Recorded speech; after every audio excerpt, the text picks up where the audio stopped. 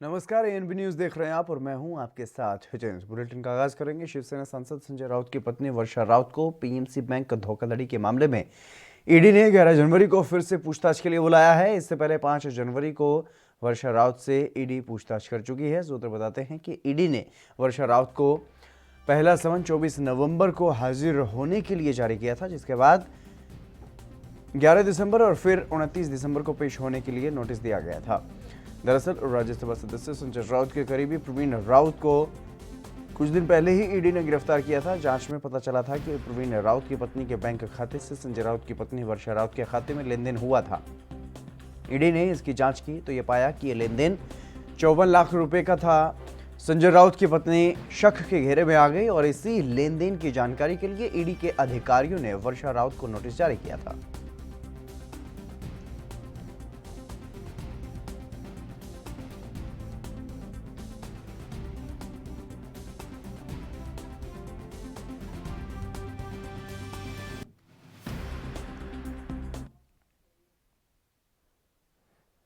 वहीं यूपी के बदायूं में रेप और मर्डर के मामले में पीड़ित परिवार से मिलने के लिए आम आदमी पार्टी दिल्ली के त्रिलोकपुरी विधानसभा से विधायक रोहित मेहरोलिया पहुंचे और इस दौरान उन्होंने पीड़ित परिवार को न्याय दिलाने का भरोसा भी दिया।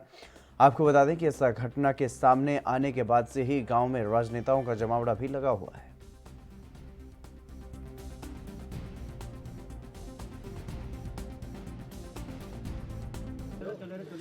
बदायूं में महिला की रेप करके निर्मम हत्या कर दी जाती है और यहाँ पर पुलिस प्रशासन जो है संवेदनशील बनी हुई थी। लगातार पुलिस प्रशासन पे कहीं ना कहीं सवालिया निशान खड़े हो रहे हैं और इस घटना को लेकर के राजनीतिक रूप भी जो है वो यहाँ पर दिया जा रहा है। यहाँ पर आम आदमी पार्टी के विधायक हैं दिल्ली से, हम इनसे जानना चाहेंगे इन्होंने पीड़ित परिवार से बात की है, क्या उन्होंने सांत्वना दी है और क्या पीड़ित परिवार से इनकी बातचीत हुई है।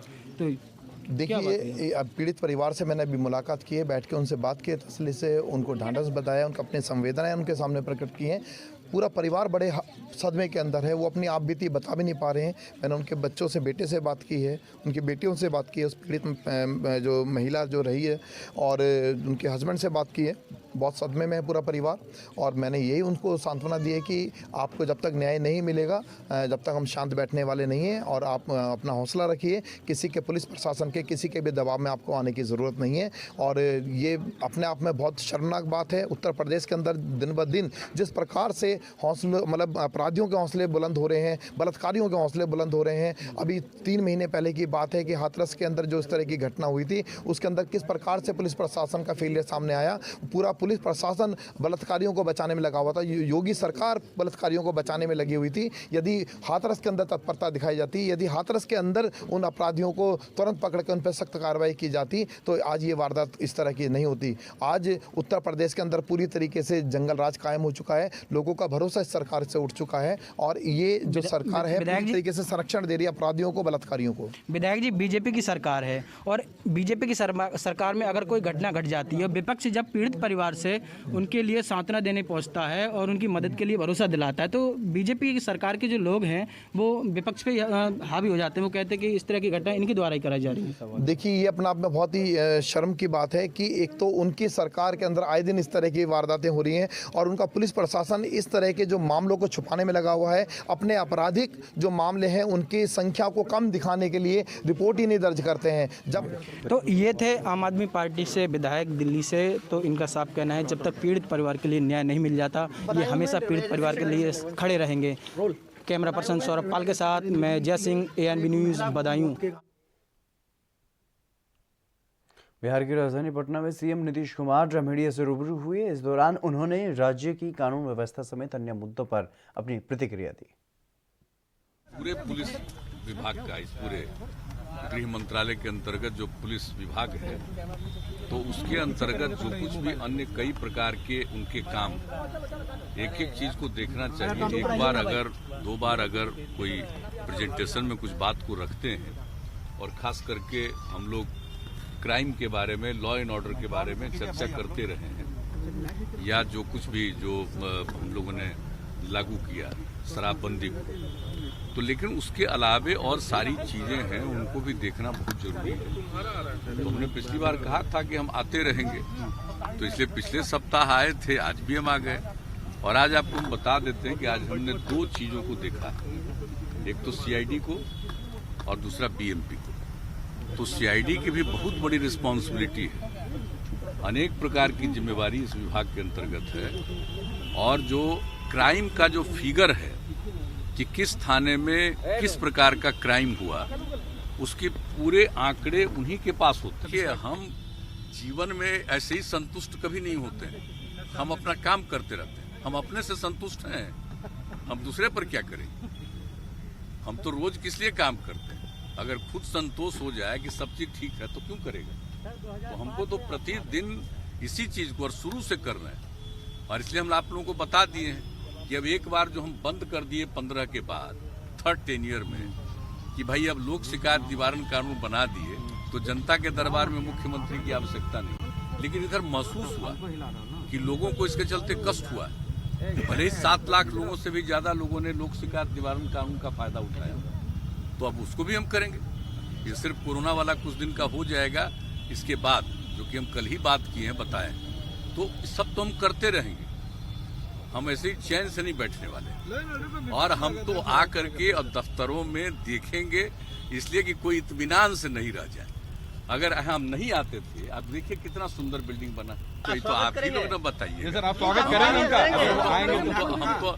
हम तो अपने काम में लगे रहते हैं, इन सब चीजों पर अभी हम ध्यान नहीं दिया। हम अभी ध्यान नहीं दिया है।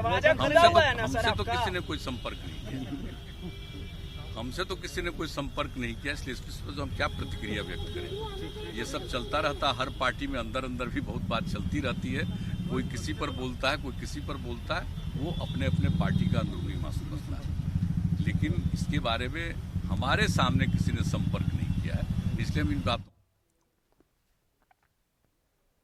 रूप कुमार गोस्वामी ने आंध्र प्रदेश हाईकोर्ट के मुख्य न्यायाधीश पद की शपथ ली है। राज्यपाल विश्वभूषण हरिचंदन ने विजयवाड़ा में आयोजित एक संक्षिप्त कार्यक्रम में जस्टिस गोस्वामी को पद और गोपनीयता की शपथ दिलवाई है।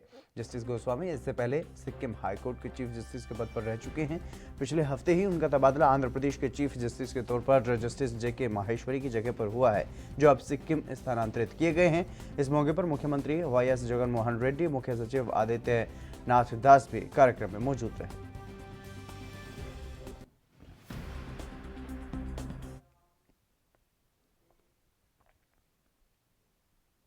हिमाचल प्रदेश के मुख्यमंत्री जयराम ठाकुर ने अपना 56वां जन्मदिन मनाया और इस मौके पर 56 किलो का केक भी काटा गया। इस दौरान खबर में सुबह से ही जन्मदिन की बधाई देने वालों का तांता लगा रहा, जिसमें बीजेपी के कार्यकर्ताओं समेत बड़ी संख्या में प्रदेश के कई हिस्सों से आए हुए लोग मौजूद रहे। इस मौके पर शहरी विकास मंत्री सुरेश भारद्वाज और वन मंत्री राकेश पठानिया भी मुख्यमंत्री को जन्मदिन की बधाई देने के लिए वहां पर पहुंचे और इस दौरान विधायक पोर्टल का शुभारंभ भी किया गया। मुख्यमंत्री ने कहा कि इसके माध्यम से विधायकों का जनता से सीधा संपर्क किया जा सकेगा और तकनीक के माध्यम से जनता की समस्याओं को सुलझाया जा सकेगा और जनता सीधे अपने चुने हुए प्रतिनिधि से बातचीत जो है वो कर सकेगी, अपनी जो बात है वो वहां तक पहुंचा सकेगी।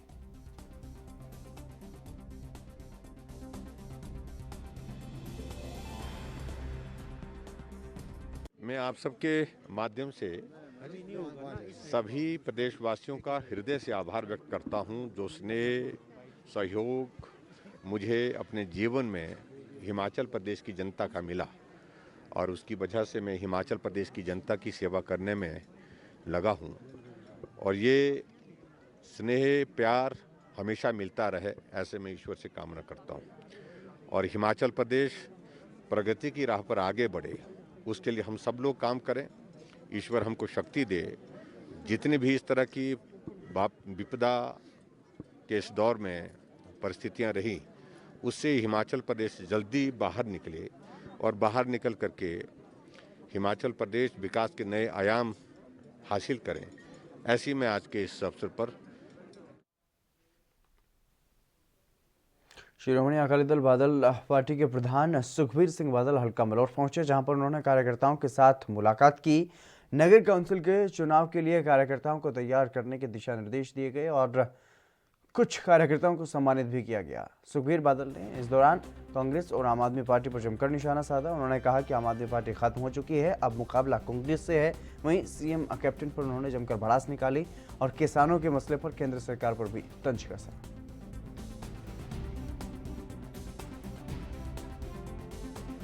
ਟੈਨਸ਼ਨ ਸੈਂਟਰ ਦੀ ਠੀਕ ਨਹੀਂ ਹੈ, ਉਹ ਨਹੀਂ ਚਾਹੁੰਦੇ ਫੈਸਲਾ ਕਿਸਾਨਾਂ ਦੇ ਹੱਕ 'ਚ ਕਰਨਾ, ਇਸ ਕਰਕੇ ਜਾਣ ਕੇ ਡੇਟਾ ਦੇ ਕੇ ਉਹ ਸੋਚਦੇ ਕਿ ਅਸੀਂ ਠਗਾ ਲਾਂਗੇ ਮੂਵਮੈਂਟ ਨੂੰ।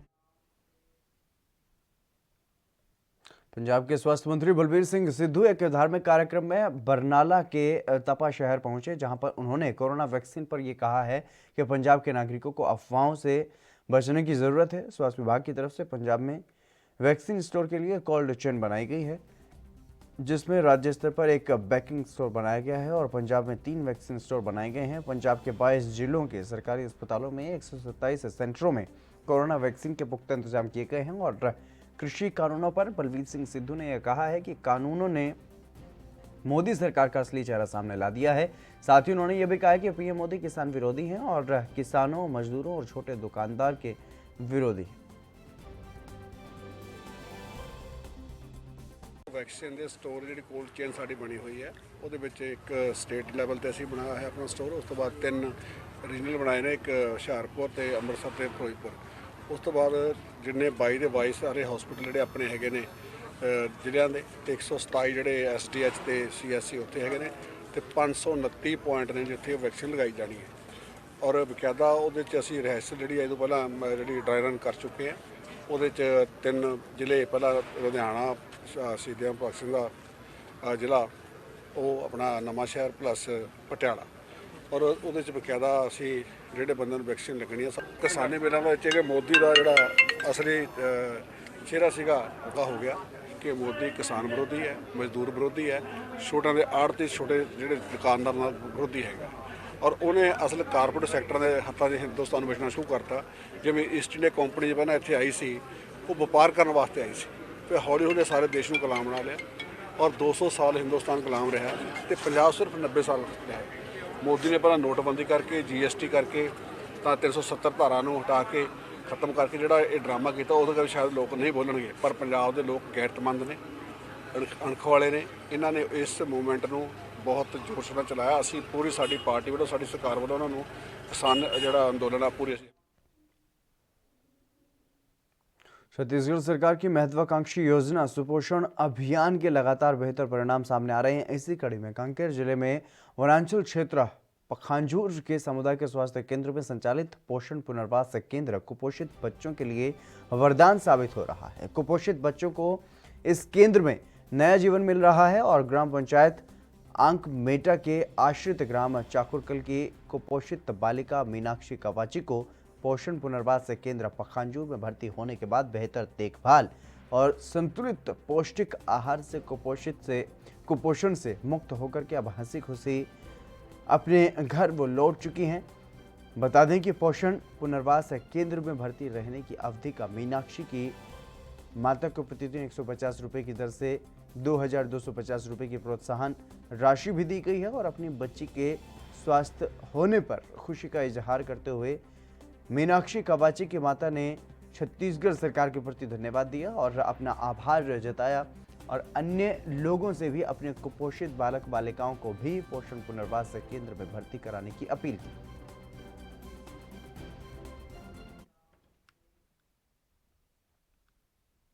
उत्तर भारत में जारी शीतलहर के बीच देश के कई राज्यों बारिश और पहाड़ों पर बर्फबारी हुई। वहीं इस दौरान दक्षिण भारत के कई राज्यों में भारी बारिश दर्ज की गई है और बीते 24 घंटे के दौरान देश में सबसे ज़्यादा बारिश तमिलनाडु के चेन्नई में हुई है। और वहीं पुडुचेरी में भी कई हफ्तों के अंतराल के बाद शहर में हो रही लगातार बारिश की वजह से कई सड़कों पर जल जमाव की स्थिति जो है वो देखने को मिली और लोगों को अपने गंतव्य तक पहुंचने में कठिनाइयों का सामना करना पड़ा। पुडुचेरी से आने वाले दिनों में वहां पर 7 सेंटीमीटर से 11 सेंटीमीटर तक बारिश की चेतावनी जारी की गई है।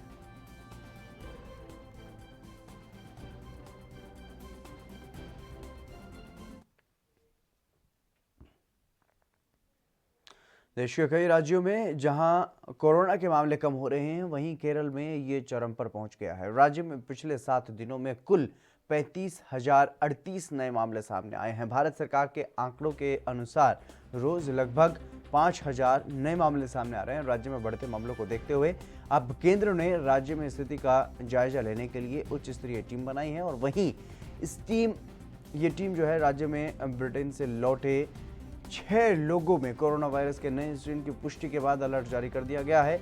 ये लोग राज्यों के कई इलाकों में पहुंचे हैं और एक अधिकारी ने इस बारे में जानकारी दी है। इनमें से 2 संक्रमित कोझिकोड और आलपुषा से हैं और इसके अलावा एक मरीज जो है वो कोट्टायम और कन्नूर में भी हैं।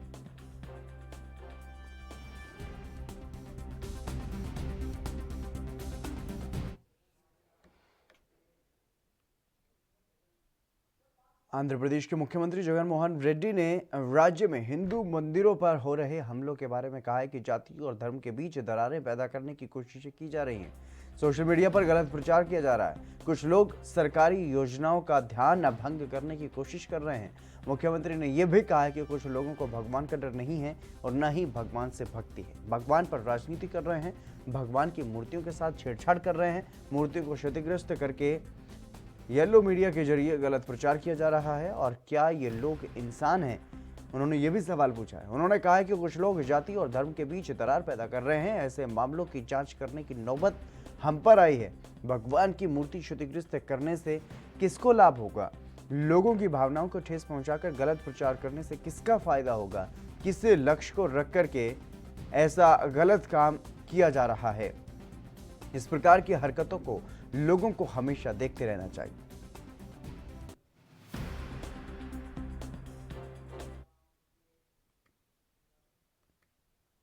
उत्तर प्रदेश के अयोध्या में आए दिन ठगी के मामले सामने आ रहे हैं और राम मंदिर निर्माण के नाम पर अयोध्या आने वाले श्रद्धालु ठगी का शिकार हो रहे हैं।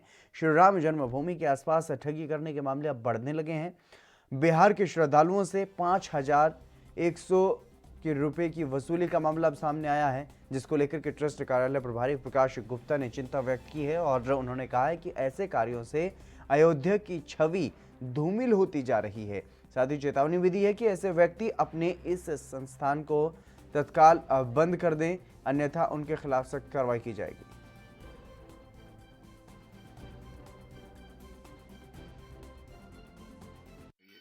ऐसा है कि यहाँ पर कुछ लोग जन्मभूमि के नाम पर, मंदिर के नाम पर, जो जन्मभूमि के नाम से मिलती जुलती संस्थान या खोले हुए हैं, तो वो लोग सब भ्रमित करके यात्रियों से पैसा ले लेते हैं। जब यात्री को मालूम होता है कि ट्रस्ट का कार्यालय तो ये है जिसके लिए हमने दान दिया, तो वो जाकर के फिर वहाँ उसकी शिकायत करते हैं, तो वो लोग पैसा उसको वापस कर देते हैं। अयोध्या में ये परंपरा जो लोग चलाए हुए हैं वो अब तक तो चलाते रहे, ठीक है, लेकिन अब हम आग्रह करते हैं उसको बंद कर दें और इस तरीके से धोखाधड़ी करके पैसा लेना कानूनी जुर्म भी है। हरियाणा में फतेहाबाद के रतिया इलाके के ब्लॉक पंचायत कार्यालय में शिकायतकर्ता और गांव कलोठा के सरपंच भिड़ गए। बीडीपीओ कार्यालय में लगे सीसीटीवी में मारपीट की वारदात कैद हो गई, जिसके बाद दोनों पक्षों की ओर से पुलिस को मामले की शिकायत दी गई है और पुलिस मामले की जांच कर रही है। मामले के अनुसार गांव कलोठा के सरपंच के खिलाफ गांव के 3 युवकों ने सीएम विंडो में शिकायत दी हुई थी। उसी शिकायत की सुनवाई होनी थी। गांव के सरपंच और शिकायतकर्ता अपने बयान दर्ज करवाने के लिए जैसे ही ब्लॉक पंचायत कार्यालय में पहुंचे तो सरपंच और शिकायतकर्ताओं में बहस शुरू हो गई।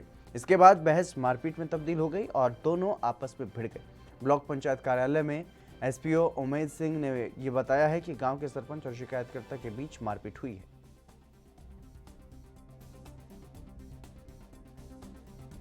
देखो, इसमें कलोठा गांव का मामला था। ये सीएम विंडो पे शिकायत आई हुई थी। 3-4 थे, ये राजू, पाल सिंह और निभाऊ राम। ये आज इनकी शिकायत सुनने के लिए मैंने बुलाए थे। तो शिकायत इन्होंने बड़ी शांतिप्रिय से बताई थी मेरे को। तो उसके बाद मैं यहाँ से चले आ गया था। बाद में कि सरपंच के साथ कुछ कहासुनी होगी, गलतफहमी इसमें, तो उसके कारण कुछ आपस में हाथापाई हुई थी, जो कि अशोभनीय है। ऐसा कार्य नहीं करना चाहिए था, लेकिन अब इनका आपस में बात चल रही है। तो यहाँ ब्लॉक में तो ऐसा और कोई जम्मू कश्मीर के राजौरी और पुंछ जिलों के सभी ऊपरी इलाकों में रविवार शाम से हो रही भारी बर्फबारी और निचले क्षेत्रों में हो रही बारिश से जनजीवन प्रभावित हुआ है। कई इलाकों में 2 दिन से बिजली आपूर्ति ठप पड़ी है। जिला आयुक्त पुंछ राहुल यादव ने यह कहा है कि जिले में रविवार शाम से निचले इलाकों में बारिश और सभी ऊपरी इलाकों में बर्फबारी हो रही है। लॉरेंस सब्जियां और सुरनकोट क्षेत्रों में सभी ऊपरी क्षेत्रों में भारी बर्फबारी का सिलसिला जारी है। उन्होंने यह कहा है कि सुरनकोट से डेरा की गली तक भारी बर्फ गिरने से वाहनों की आवाजाही ठप है। मुगल रोड पर चड़ीमड़ से सड़क के साथ साथ बुफलियाज के क्षेत्र तक भी बर्फबारी हुई है और डीसी ने यह भी कहा है कि लॉरेन टॉप की ओर से जो वहां पर सड़क है, विशेष रूप से बट्टलकोट और मंडी तहसील में सोजियां गागरियन में भारी बर्फबारी के चलते वाहनों की आवाजाही को बंद कर दिया गया है।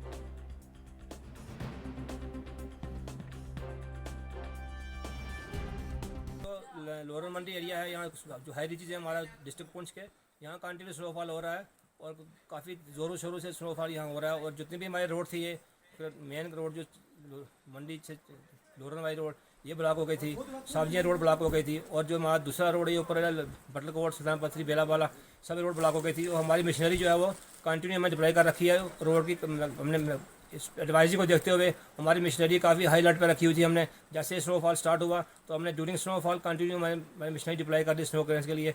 तो आज भी हमारा स्नो क्लियरेंस काफ़ी ज़ोर शोर से जारी है और ड्यूरिंग स्नोफॉल कंटिन्यू जारी है। और कुछ सुबह हमने कुछ पेशेंट को हमने रिकवर किया, उनको रेस्क्यू करके हमने हॉस्पिटल सबमिट किया, सब शिफ्ट किया। और हमारा डिस्ट्रिक्ट एडमिनिस्ट्रेशन की तरफ से हमें क्लियर इंस्ट्रक्शन थी कि रोड जल्द से जल्द इसको कोई भी रोड ज़्यादा देर तक बंद ना हो। और जैसे ही स्नोफॉल की वजह रोड बंद हो जाए इसको हमने हाई अलर्ट पर रखा था मशीनरी को। और जल्द से जल्द अक्टूबर 2020 में हुए निकिता हत्याकांड के मामले में सर्व समाज की बैठक फरीदाबाद में हुई, जहां पर सेक्टर 8 स्थित महाराणा प्रताप भवन में एक पंचायत का आयोजन किया गया, जिसमें परिवार के लोगों ने सरकार पर निकिता मामले में लापरवाही बरतने का आरोप लगाया। इस महापंचायत में 51 लोगों की कमेटी का गठन भी किया गया, जो आगामी रूपरेखा को तैयार करेंगे और निकिता के परिवार को न्याय दिलाने में मदद करेंगे।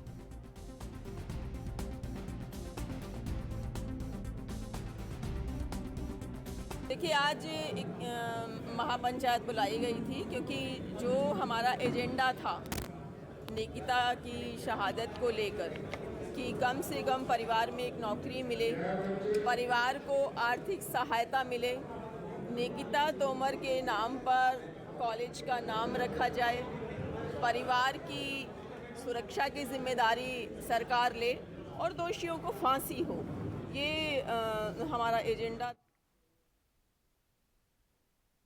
श्रीनगर में हो रही भीषण बर्फबारी की वजह से हर जगह पर जनजीवन जो है अस्त व्यस्त पड़ा है और एयरपोर्ट भी बंद पड़े हुए हैं। आलम यह है कि संचालन बहाल करने के लिए राहत कर्मी लगातार एयरपोर्ट पर रनवे से बर्फ हटा रहे हैं, लेकिन रात भर जमी मोटी बर्फ को वहां पर हटाने के बाद भी बुधवार सुबह एक बार फिर से बर्फ की चादर जम गई। और बता दें कि कश्मीर में फिलहाल भारी बर्फबारी और हिमस्खलन का अलर्ट जारी किया गया है। श्रीनगर इंटरनेशनल एयरपोर्ट ने बुधवार सुबह ट्वीट करके इस बारे में जानकारी दी थी कि बर्फ हटाने का काम पूरी रात होता रहा, लेकिन भारी बर्फबारी की वजह से फिर से सड़कों पर बर्फ बिछ गई। हालांकि अब फिर से संचालन शुरू करने के लिए राहत टीमें काम पर लगी हुई हैं और कश्मीर में हो रही भीषण बर्फबारी के कारण यह केंद्र शासित प्रदेश पूरे देश से कट गया है और बर्फ बिछे जाने की वजह से जम्मू कश्मीर नेशनल हाईवे और मुगल रोड भी बंद कर दिए गए हैं। हाईवे पर अलग अलग जगहों पर हजारों वाहन बर्फबारी की वजह से फंसे हुए हैं। जी, बर्फबारी तो ठीक है, पिछले 3 दिनों से हो रही है, लेकिन ये तो ज़रूरत है, ये तो रहमत है अल्लाह की तरफ से। लेकिन इसमें ये जो गरीब आदमी है वो सफ़र करता है, किसी के पास खाने के लिए कुछ नहीं होगा, गैस नहीं होगा, कुछ नहीं होगा। तो एडमिनिस्ट्रेशन को चाहिए कि हर एक घर में जाइए, देखे किसको क्या है, किसी को नहीं है। तो इसीलिए तो और ये बर्फ हटानी चाहिए एडमिनिस्ट्रेशन को। मेरी एडमिनिस्ट्रेशन से गुजारिश है कि जल्द से जल्द ही बर्फ हटाए। तो ये मुझे बताइए, पिछले 3 दिन से आपको पता है कि यहाँ पे लाइट की बड़ी दिक्कत है, तो आप ऑनरेबल गवर्नर साहब से क्या कहोगे? जी, ऑनरेबल गवर्नर साहब से हम ये कहना चाहते हैं कि लाइट जल्दी से जल्दी इंस्टॉल कीजिए, क्योंकि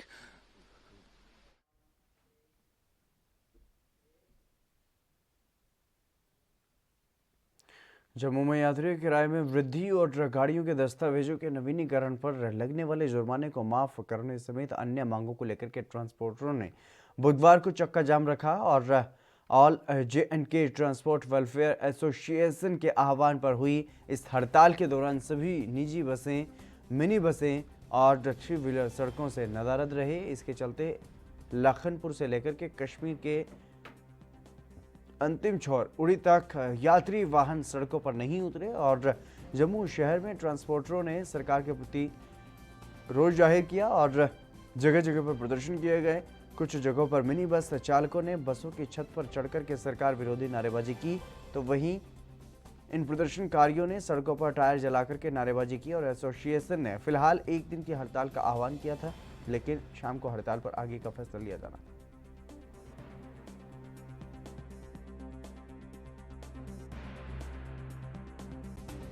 हमारी मेन डिमांडें जो हैं, आप देखिए डीजल के रेट जो हैं 65 रुपये था जब हमारा पिछला किराया बढ़ा था और अब 78 रुपीज़ है। तो हमारी डिमांडें इसमें है, टैक्स हमारे दुगने हो गए लॉकडाउन में। पैकेज प्रधानमंत्री 20 लाख करोड़ रुपया कितना होता है इनको हिसाब किताब नहीं आता, तो पैकेज देने लगे थे जिसमें हमारे ड्राइवर, कंडक्टर और ट्रांसपोर्टर आप देखिए 1 साल से गाड़ी खड़ी है हमारी। बैंक में किस्तें कौन देगा, प्राइवेट फाइनेंस को किस्तें कौन देगा, ऊपर से आपने टैक्स दुगने किए। ये तोहफा दिया इन्होंने, पैकेज दिया सरकार ने हमारे ट्रांसपोर्टरों को। डीजल 13 रुपये पर लीटर ये अभी बढ़ा, तो हमें जब भी देने की बारी आती है तो सरकार, जब तक हम प्रोटेस्ट ना करें, रोड पे हल्ला ना मचाएं, तो ये सरकार कुछ देने वाली नहीं है।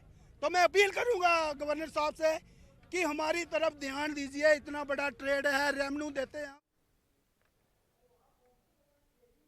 LOC के पार करीब 400 आतंकवादी लॉन्च पैड पर हैं और वो सर्दियों के दौरान जम्मू कश्मीर में घुसपैठ करने की कोशिश कर रहे हैं, इंतजार वहां पर कर रहे हैं। हालांकि घुसपैठ रोधी ग्रिड आतंकवादियों को भारतीय क्षेत्र में धकेलने के प्रयासों को विफल करता रहा है। सुरक्षा अधिकारियों ने ये जानकारी दी है और एक शीर्ष पुलिस अधिकारी ने बताया कि पाकिस्तान जम्मू कश्मीर में LOC पर सर्दियों में भी आतंकवादियों को भारत में धकेलने की कोशिश कर रहा है, जबकि भारी बर्फबारी के कारण सीमा से सटे पर्वतीय इलाके और दर्रे बर्फ से ढके हुए हैं। अधिकारियों के अनुसार पाकिस्तानी सेना ने जम्मू कश्मीर में अधिक आतंकवादियों को धकेलने के प्रयास में गोलीबारी की ताकि आतंकवादियों को घुसपैठ में मदद मिल सके। एक अधिकारी की माने तो पाकिस्तान के कब्जे वाले कश्मीर में LOC के पास लॉन्च पैड पर 300 से 415 आतंकवादी हैं जो जम्मू कश्मीर में घुसपैठ करने के लिए तैयार हैं ताकि हिंसा के जरिए शांति और सामान्य स्थिति को भंग वहां पर किया जा सके। और साथ ही उन्होंने ये भी कहा कि पाकिस्तानी एजेंसियां जम्मू कश्मीर में हथियारों, गोला बारूद और विस्फोटकों के साथ सशस्त्र आतंकवादियों को धकेलने के लिए सुरंगों का इस्तेमाल कर रही है।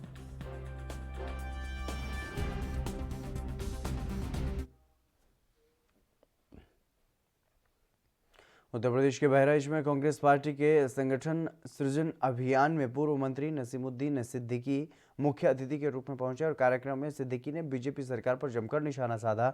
उन्होंने कहा कि भाजपा सरकार की कारगुजारियों से हर वर्ग परेशान है। साथ ही उन्होंने ये भी कहा कि आगे आने वाले चुनावों में सभी वर्गों के साथ मुस्लिम समाज भी कांग्रेस के साथ आएगा।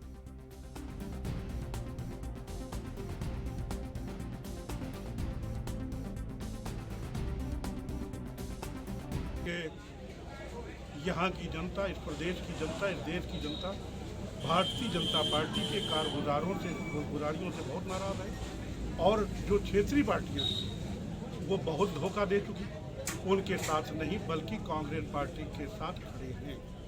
क्योंकि जो किसान मरे, मजदूर मरे, माओ लीचिंग में मारा जाए, लव जिहाद के नाम पे परेशान किया जाए, मंदिर मस्जिद के नाम पे परेशान किया जाए, जाति धर्म के नाम पे परेशान किया जाए, मारा जाए। आज लगभग 100 किसान मर गए। आत्महत्याएं कर दी, क्या वो किसान नहीं? मैं तो सिर्फ ये कहूँगा कि दुनिया में कहीं ऐसी तमसील नहीं मिलती, तमसील माने मिसाल, दुनिया में कहीं ऐसी मिसाल नहीं मिलती। कातिल ही मुहाफिज है, कातिल ही सिपाही है। एक महसूस ये होता है ये दौरे तबाही है। शब्दों में जाइए मेरे, दुनिया में कहीं ऐसी तमसील नहीं मिलती, कातिल ही मुहाफिज है, कातिल ही सिपाही है। मैं चलिए फिलहाल यहाँ पर रुकेंगे एक छोटे से ब्रेक के लिए, जल्द हाजिर होंगे।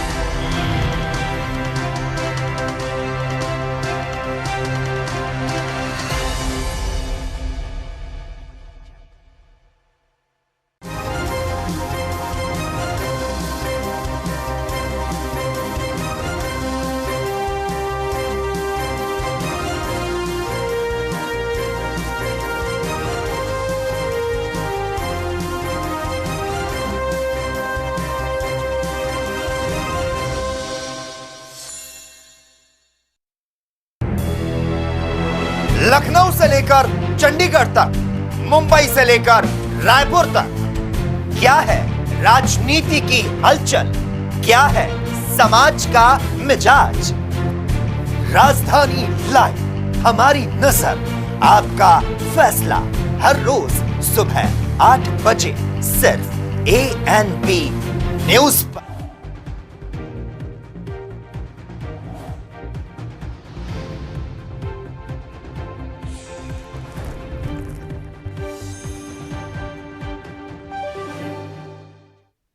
ब्रेक के बाद एक बार फिर से आप सभी का स्वागत है। खबरों में आगे बढ़ेंगे। पंजाब के पटियाला में सील गांव के शहीद नायब सूबेदार मनदीप सिंह खरोड़ के घर सांसद परनीत कौर पहुंची और पिछले साल जून में गलवान घाटी में चीनी सेना के साथ लड़ते हुए नायब सूबेदार मनदीप शहीद हो गए थे और उनकी पत्नी गुरदीप कौर के घर जाकर के अब सांसद परनीत कौर ने उन्हें सरकारी नौकरी का नियुक्ति पत्र सौंपा है।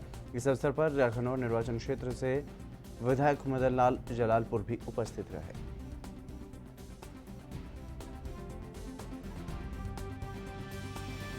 शहीद के परिवार में गवर्नमेंट CM साहब आप एक फौजी रहे ने जो समझ सकते ने सारा कुछ, और जिन्हों ने माता जी के नाल गल करके अपने दिल दियाँ दसियाँ के उन्होंने भी बहुत ज़्यादा महसूस हो रहा थी कि मैं यह जे एक शहीद की माँ के नाल गल कर रहा, उन्होंने परिवार के नाल गल कर रहा। सो मदन जी ने यतन किए, सारिया ने किए, तो CM साहब ने नौकरी कि ये घर अगे वधदा रहे, फुलदा रहे, फलदा रहे, तो उन्होंने वाइफ गुरदी।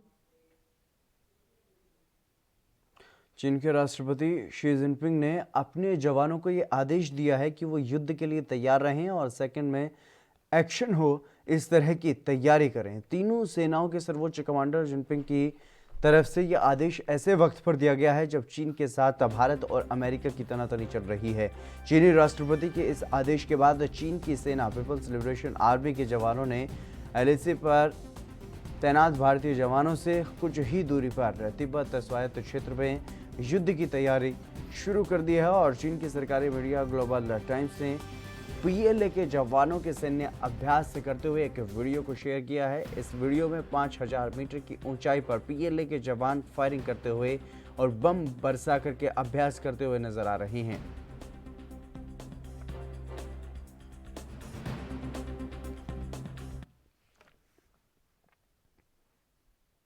पाकिस्तान की जेल से 11 साल बाद छूटे पुनर्वासी के घर लौटते ही हर तरफ खुशियां छा गई।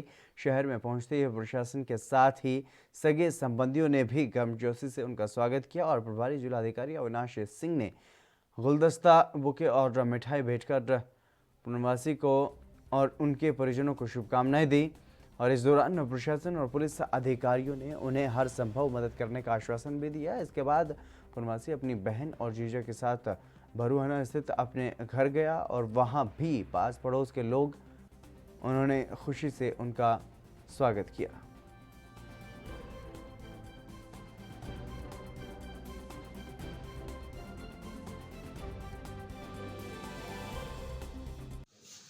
जैसा कि अभी थोड़ी देर पहले हमारे काउंटर पार्ट प्रभारी जिलाधिकारी ने बताया कि वनवासी जो लगभग 11 साल पाकिस्तान की जेल में बंद रहा और आज रिहा करके अपने जनपद मिर्ज़ापुर वापस आया है। इस संबंध में काफ़ी दिनों से प्रयास चल रहा था। पहले इसका पता तस्दीक नहीं हो पाया था, लेकिन हमारे वर्तमान इंस्पेक्टर लाइन ने काफ़ी मेहनत के बाद इसका पता खोज निकाला। उसके बाद भी प्रशासन के माध्यम से उसको अटारी बॉर्डर भेजा गया।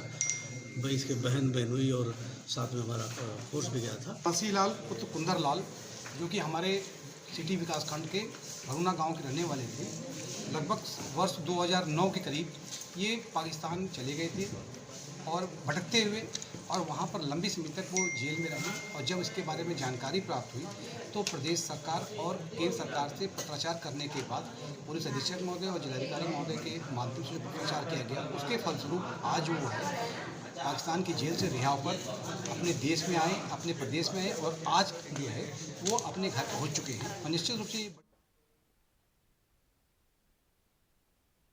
ब्रिटेन से शुरू हुए कोरोना वायरस के नए स्ट्रेन से संक्रमण भारत में लगातार बढ़ता जा रहा है और देश में एक और कोरोना वायरस के मामलों में लगातार गिरावट दर्ज की जा रही है। तो वहीं दूसरी ओर बुधवार को कोरोना वायरस के यूके स्ट्रेन के 13 नए मामले सामने आए हैं, जिसके बाद देश में इस स्ट्रेन से संक्रमित कुल मरीजों की संख्या 71 तक पहुंच गई है। केंद्रीय स्वास्थ्य मंत्रालय ने बुधवार को ये जानकारी दी है। बायोटेक्नोलॉजी विभाग की सचिव डॉक्टर रेणु स्वरूप ने बताया है कि अब तक देश भर में अलग अलग प्रयोगशालाओं से नए यूके वेरिएंट के 71 सकारात्मक मामलों की पुष्टि हुई है।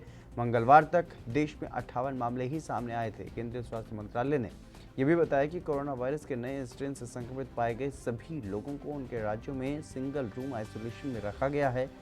इनके निकट संपर्क में आए लोगों को भी क्वारंटीन किया गया है और इसके साथ ही यात्रा करने वाले लोगों, परिवार के सदस्यों और संपर्क में आने वाले अन्य लोगों की पहचान के लिए व्यापक अभियान शुरू किया गया है।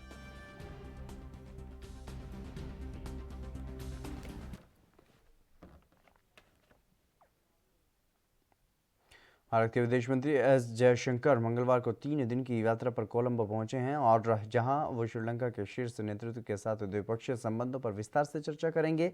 श्रीलंका के विदेश मंत्री दिनेश गुणावर्धना के निमंत्रण पर 5 से 7 जनवरी तक हो रही जयशंकर की यह यात्रा इस साल की उनकी पहली विदेश यात्रा है। ये श्रीलंका में भी नए साल के किसी विदेशी मंत्री की पहली यात्रा है और नई दिल्ली में विदेश मंत्रालय ने कहा है कि जयशंकर द्विपक्षीय संबंधों के संपूर्ण आयामों पर अपने समकक्ष और श्रीलंका के नेतृत्व के साथ साथ वहां पर विचार विमर्श करेंगे। और कोलंबो में भारतीय उच्चायोग ने एक ट्वीट में यह कहा है कि विदेश मंत्री एस जयशंकर इस साल की अपनी पहली विदेश यात्रा पर कोलंबो पहुंचे हैं। वो राष्ट्रपति गोटबाया राजपक्षे, प्रधानमंत्री महिंदा राजपक्षे और विदेश मंत्री दिनेश गुणावर्धना से तथा अन्य कई गणमान्यों और कारोबारी नेताओं से मुलाकात करेंगे।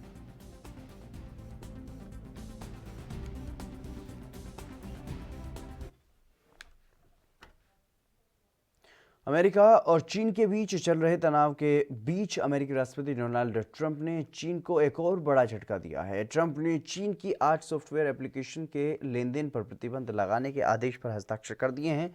इसमें जैकमा के एंट ग्रुप का एलिपे भी शामिल है और इसमें पहले भी अमेरिका ने चीनी ऐप पर प्रतिबंध लगाने के आदेश दिए थे। इसमें वीडियो ऐप पर टिकटॉक और वीचैट भी शामिल था। बता दें कि भारत ने भी अब तक 224 चीनी ऐप्स को बैन किया है, जिनका अमेरिकी प्रशासन और सांसदों दोनों ने स्वागत किया था।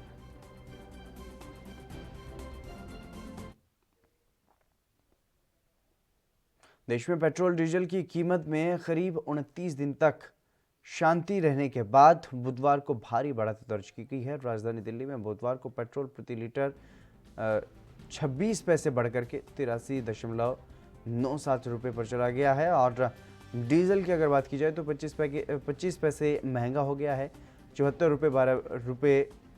रुपये 12 पैसे प्रति लीटर पर अब पहुंच गया है। इंडियन ऑयल के मुताबिक देश के अन्य प्रमुख शहरों में भी पेट्रोल और डीजल की कीमतों में बढ़त की गई है।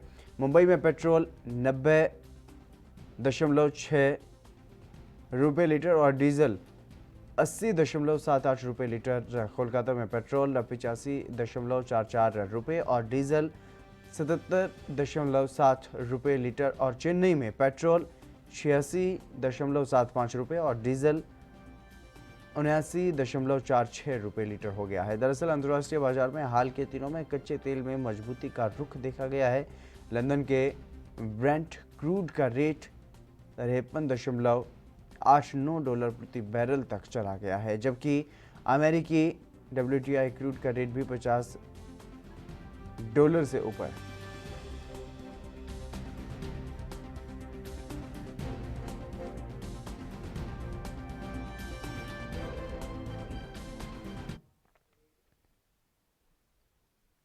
पंजाब के श्री मुक्तसर साहिब के गांव चिबड़ा वाले में कृषि कानून को लेकर के विरोध जारी है और कृषि कानून के विरोध में किसान मजदूर एकता की तरफ से प्रदर्शन किया गया है। किसानों ने विशाल ट्रैक्टर मार्च निकाला और मार्च में लगभग 300 के करीब की गिनती में ट्रैक्टरों की रैली निकाली गई।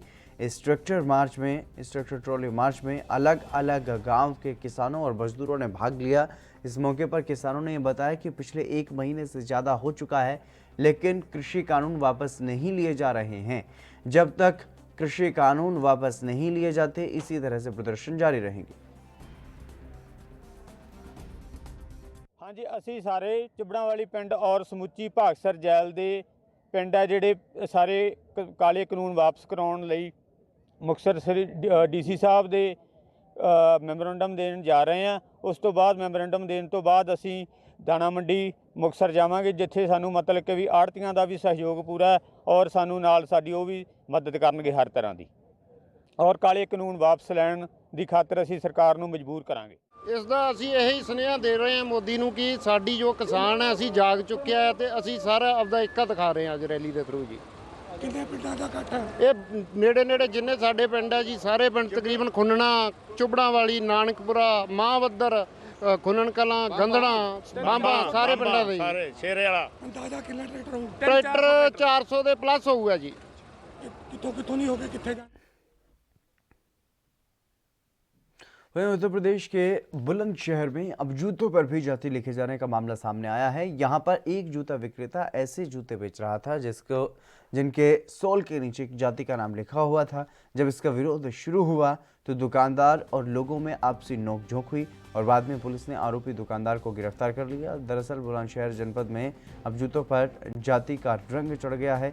जूतों पर भी लोगों ने ब्रांड की जगह जाति का नाम लिखना शुरू कर दिया है। थाना गुलावटी स्थित एक दुकान पर जूते के सोल पर जाति सूचक शब्द लिखा हुआ था, जिसके बाद एक ग्राहक ने थाना गुलावटी में FIR दर्ज करवाई।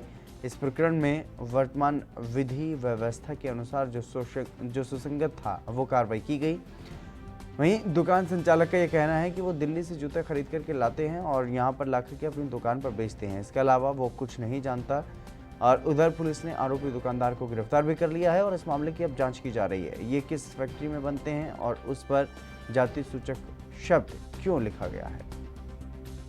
थाने पे विशाल चौहान नाम के एक व्यक्ति ने यह सूचना दी थी कि नासिर नाम के एक व्यक्ति ने अपनी दुकान में जूते बेच रहा है और जूते के तले पे जाति सूचक शब्द जैसे ठाकुर लिखा हुआ है।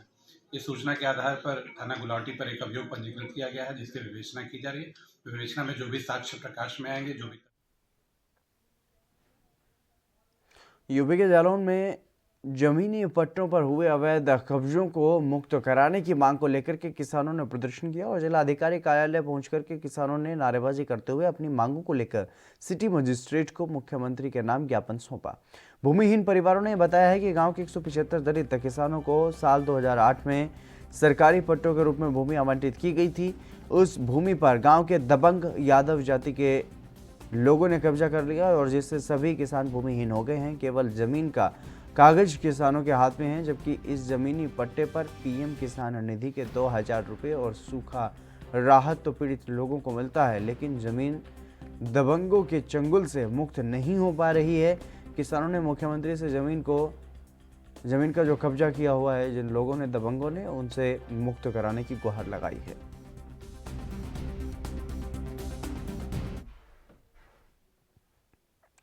राजस्थान के प्रतापगढ़ जिले में ACB की टीम ने बड़ी कार्रवाई करते हुए पटवारी को गिरफ्तार कर लिया है। प्रतापगढ़ के छोटी सादड़ी उपखंड में ACB की टीम ने पटवारी को 2500 की रिश्वत लेते हुए रंगे हाथों पकड़ा।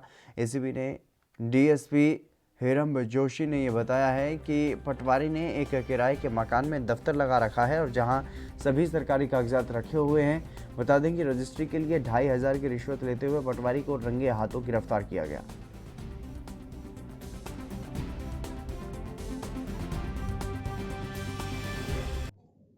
चौकी भ्रष्टाचार निरोधक यूनिट प्रतापगढ़ आकर रिपोर्ट दी थी कि मैंने एक रजिस्ट्री कराई है आबादी भूमि की, जिसका म्यूटेशन खोलने के लिए पटवारी साहब से बार बार संपर्क कर रहा हूँ, लेकिन वो बिना रिश्वत की राशि लिए कर नहीं रहे हैं। 2500 रुपये वो मांग रहे हैं, जिस पर 4 तारीख को उसका सत्यापन कराया। सत्यापन में रिश्वत राशि की मांगने की पुष्टि हुई।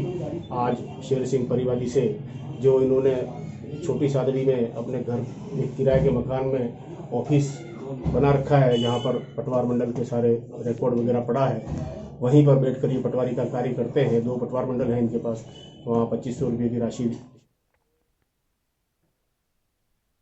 राजस्थान के दौसा विधायक मुरारी लाल मीणा ने विधायक कोटे से करीब 27 लाख रुपए की 40 ट्राई मोटरसाइकिल दिव्यांगों को वितरित की। और दौसा विधायक मुरारी लाल मीणा ने यह कहा है कि दिव्यांग व्यक्तियों को भी आम लोगों के समान जीने का हक है, जिसके चलते उन्हें ये 40 ट्राई मोटरसाइकिल वितरित की गई हैं ताकि वो भी आम लोगों के जैसे ही जीवन जिए।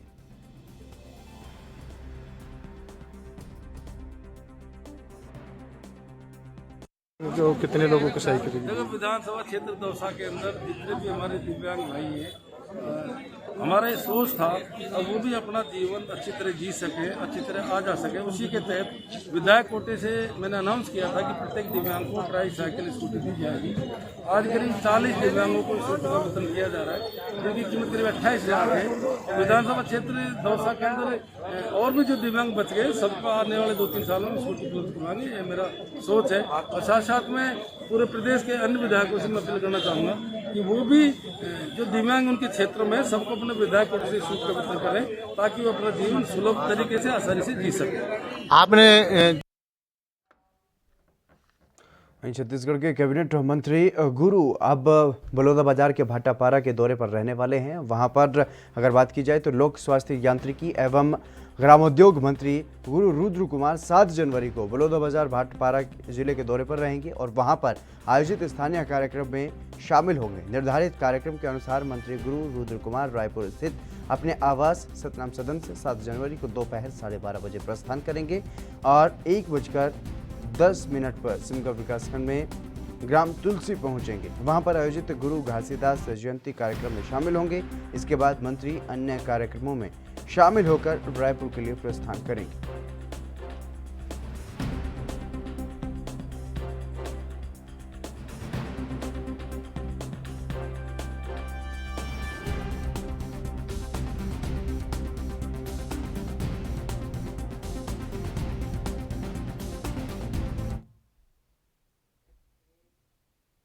चलिए इसी बीच रुक करेंगे इस वक्त की बड़ी खबर की ओर। बड़ी खबर सामने आ रही है पंजाब से। अवैध अंग्रेजी शराब बनाने के गोरख धंधे का भंडाफोड़ हुआ है। जीरकपुर के जमुना एन्क्लेव में एक्साइज विभाग की रेड हुई है।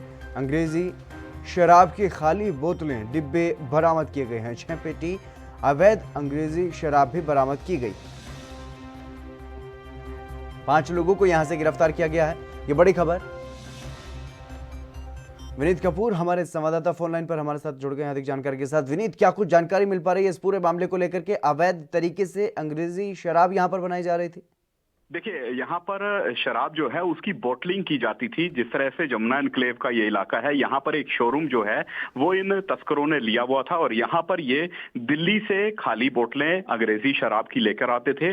उसके बाद यहाँ पर उस कहीं ना कहीं खाली बोतलों के अंदर ये शराब भरने का काम करते थे। लेवलिंग होती थी और उसके बाद कहीं ना कहीं डिब्बों में भर के ये शराब जो है ये कहीं ना कहीं आसपास के इलाकों में बेच दी जाती थी। यानी अवैध शराब का गोरख धंधा, जहाँ पिछले दिनों कहीं ना कहीं जो नकली देसी शराब की फैक्ट्रियां बरामद हुई, वहीं अब अंग्रेजी शराब का भी यहां पर भांडाफोड़ हुआ है कि किस ढंग से जो शराब माफिया है वो इनलीगल तरीके से अवैध बोटलिंग करके अवैध अंग्रेजी शराब जो है वो पंजाब में लोगों को परोसने का काम कर रहा था। इस पूरे मामले में 5 लोगों को पुलिस की और एक्साइज विभाग की टीम की तरफ से गिरफ्तार किया गया है, जिनको रिमांड पर भी लिया गया है। तकरीबन रिमांड पर लेने के बाद इनसे कुछ बड़े खुलासे होने की भी उम्मीद है, क्योंकि आज सुबह से ही ये रेड जो है वो जारी थी और आज ही इनको कोर्ट में पेश किया गया। तकरीबन 2 दिन का जो पुलिस रिमांड है वो यहाँ पर एक्साइज डिपार्टमेंट को कोर्ट से मिला है और सीधे तौर पर एक बड़ा खुलासा हुआ है कि दिल्ली से ये जो खाली बोतलें हैं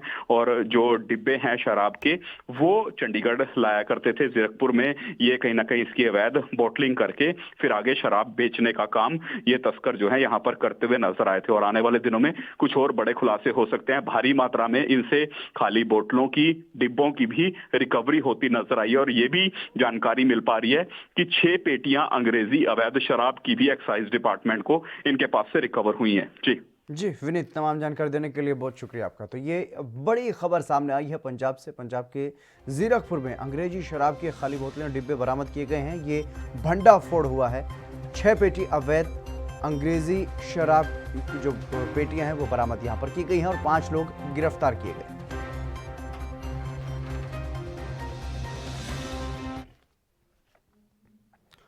चलिए बढ़ेंगे अगली खबर की तरफ। यूपी में जहां एक तरफ पश्चिम यूपी में किसान आंदोलन कर रहे हैं तो वहीं किसानों को लेकर की योगी सरकार लगातार किसानों के बीच जाकर लाभकारी योजनाओं के बारे में बताने और उन्हें जागरूक करने के लिए किसान मेलों का आयोजन कर रही है।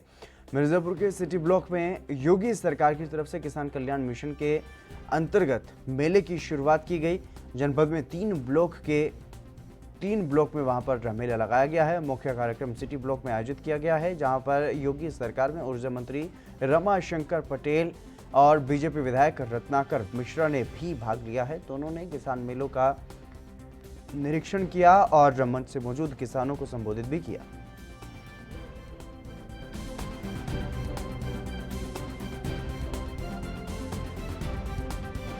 किसान कल्याण मिशन के तहत किसानों को जागरूक करने के लिए, किसान की आय दुगनी करने के लिए यह कार्यक्रम आज अभी 3 ब्लॉकों में चल रहा है। एक सिटी ब्लॉक है राजगढ़, लालगंज में है और एक और ब्लॉक में हो रहा है जहां हम लोग सिटी ब्लॉक में हम और माननीय विधायक रत्नाकर मिश्रा जी यहाँ उपस्थित हुए हैं और अपने अपने क्षेत्र में जनप्रतिनिधियों को रहना भी है। और सरकार की मंशा है कि हम 2022 तक किसान की आय को दुगनी करेंगे। कृषि वैज्ञानिकों के माध्यम से, कृषि अधिकारियों के माध्यम से हम लोग किसान को जागरूक कर रहे हैं और सरकार की मंशा है हम किसान को जितना जागरूक कर लेंगे उतना ही किसान अपने लागत को बढ़ाएगी और दाम क्रय मतलब उसको जो खर्च होता है व्यय राशि को घटाएगी। क्योंकि जब तक किसान लागत कम होगा, आय अधिक होगा, तब जाकर के उसकी कृषि आय दुगनी होगी। इस मंशा के अनुसार कृषि वैज्ञानिकों के माध्यम से, कृषि अधिकारियों के माध्यम से किसान को जागरूक करने की यह योजना और सर हम लोग ब्लॉक पे अपनी प्रदर्शनी लगाने के लिए आए हैं मशरूम कल्टीवेशन का, जो हम लोग नया तकनीकी से किया है। इसके प्रोडक्शन को हम लोग दिखाने के लिए आज प्रदर्शनी लगाए हैं ब्लॉक पे। आप लोग नई तरह से खेती का भी क्या कर रही है? जी, परंपरागत खेती को छोड़कर हम नए तरीके से जो खेती की, जाहिर सी बात है उसमें हमें उसका मुनाफा मिलेगा जिससे हमारी आय में बढ़ोतरी होगी। लग रहा है कि योगी सरकार सर अगर योगी सरकार चाह रही है लेकिन हम जब करेंगे तभी अच्छा होगा। शासन के द्वारा दिए गए दिशा निर्देश के क्रम में किसान कल्याण मिशन के तहत कृषक मेला, संगोष्ठी और प्रदर्शनी जनपद के 3 ब्लॉकों में आयोजित की गई है। सिटी ब्लॉक पर, नारायणपुर में और लालगंज में। इसके तहत जितनी भी शासन की लोक कल्याणकारी, जन कल्याणकारी योजनाएं चल रही हैं कृषक भाइयों और बहनों के हित में और किसानों की आय को दोगुना करने के उद्देश्य से उन योजनाओं के बारे में उनको रूबरू कराया गया, उनको परिचित कराया गया। साथ ही साथ जो प्रदर्शनी लग रही थी उसमें जो उनके प्रोडक्ट्स थे उनको भी दिखाया गया। इसके साथ जो फिश फार्मिंग के संबंध में जो एक बायोफ्लास्क की नई स्कीम यहाँ पे चल रही है जिसकी 2 यूनिट जनपद में लगी हुई है उसके बारे में एक उसको डेमो करके यहाँ पर दिखाया गया। निश्चित रूप से जो शासन की इतनी जो योजनाएँ चल रही हैं और उस योजनाओं को इम्प्लीमेंट करने में जनपद मिर्ज़ापुर काफ़ी आगे है और यही वजह है कि यहाँ पर परंपरागत खेती को छोड़कर बहुत से हमारे जो प्रोग्रेसिव फार्मर्स हैं उन लोगों ने बागवानी, उद्यानीकरण जैसे कि केले की खेती बड़े पैमाने में करना। हरियाणा के अंबाला में गुरुवार से कोविड वैक्सीन के दृष्टिगत ड्राई रन होगा और इसके लिए स्वास्थ्य विभाग ने अपनी तैयारियां पूरी कर ली हैं। इसके लिए जगह भी चिन्हित कर ली गई है। अंबाला में 6 जगहों पर इस कार्य को किया जाएगा। इन जगहों में अम्बाला छावनी नागरिक अस्पताल, पॉलीक्लिनिक, अम्बाला शहर, मौलाना, बराड़ा, शहजादपुर, रपंजोखरा, चौमड़, मस्तपुर शामिल हैं। और इनके अलावा हरियाणा में भी बर्ड फ्लू ने अब दस्तक दे दी है। इसके लिए भी स्वास्थ्य विभाग पूरी तरह से अलर्ट हो गया है। हालांकि इसका सबसे ज़्यादा असर पंचकूला के इलाकों में देखने को मिला है। इन दोनों मसलों पर Ambala civil surgeon doctor Kuldeep Singh ने क्या कुछ जानकारी दी है वो भी आपको सुनवाते हैं। आपको पता है गवर्नमेंट ऑफ इंडिया ने अभी 3 तारीख को ही 2 वैक्सीन को इमरजेंसी यूज के लिए मंजूरी दी है। ये वैक्सीन सीरम इंस्टीट्यूट की कोविशील्ड है और जो भारत बायोटेक की वैक्सीन है कोवैक्सीन है। इन दोनों वैक्सीन को इमरजेंसी यूज के लिए, पार्टिकुलरली जो हाई रिस्क पे इंडिविजुअल्स हैं उसके लिए, और हाई रिस्क पे आपको कैटेगरी 1 में जो हाई रिस्क पे लिए गए हैं वो हेल्थ केयर वर्कर्स, चाहे पब्लिक के हों चाहे प्राइवेट सेक्टर के हों, अब दोनों को कवर किया जाएगा। इसके लिए ताकि हमारा इम्यूनाइजेशन सेशन ठीक तरह से हो, पूरी की पूरी पब्लिक का जो भी हेल्थ केयर वर्कर्स हैं या आने वाले दिनों में जैसे हम फ्रंट लाइन वर्कर्स की भी वो करेंगे। तो हरियाणा में लगभग 2 लाख के आसपास और अम्बाला में 9,500 के आसपास जो कोविड की वैक्सीनेशन होने जा रही है आने वाले दिनों में। तो इसके लिए हम कल ड्राई रन आयोजित कर रहे हैं। इनमें अम्बाला कैंट है, मेडिकल कॉलेज मौलाना है, बराड़ा है, पंजोखरा है, चौड़मसपुर है और शहजादपुर है। देखिए आपको पता है कि जो बर्ड फ्लू लगभग हर साल जो इन्फ्लुएंजा की स्ट्रेन बदलती रहती हैं और इस बार भी जो पिछली बार H5N1 स्ट्रेन थी, अब की बार H5N8 स्ट्रेन है, जो कि 12 एपिसेंटर ये हुए हैं। इनमें राजस्थान, मध्य प्रदेश, केरला, हिमाचल प्रदेश और हरियाणा का जो पंचकुला का है वो उस पंचकुला के कुछ एक पोल्ट्री फार्म में अभी जो ये पोल्ट्री फार्म में जो डेथ हुई है उनके सैंपल भेजे गए थे। वो जो गवर्नमेंट ऑफ इंडिया की एजेंसी है निसाड, तो उसमें कुछ जगह के सैंपल पॉजिटिव आए हैं। अभी तक जो ह्यूमन में इसके सिम्टम नज़र नहीं आए हैं। ह्यूमन में सिम्टम के लिए स्वास्थ्य विभाग ने कल चीफ सेक्रेटरी की अध्यक्षता में सारे के सारे स्वास्थ्य विभाग की मीटिंग हुई थी।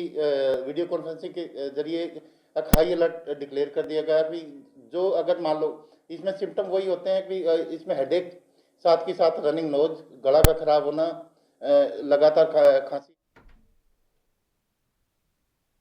चलिए मेरे साथ खबरों में फिलहाल बस इतना ही। आप बने रहिए ANB न्यूज़ के साथ।